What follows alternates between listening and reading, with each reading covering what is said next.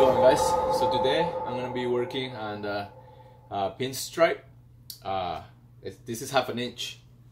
You see, it's a 1/2 inch red. This is the name Oracal. If I'm saying it right, Oracal. So I'm gonna do this section now. I'm gonna put it here on the bottom of the lip of the bumper. This is not really that hard. Just keep everything even. Take your time. It shouldn't take that long. It's gonna take a couple minutes. I'm gonna start doing it now. All right, let's do this.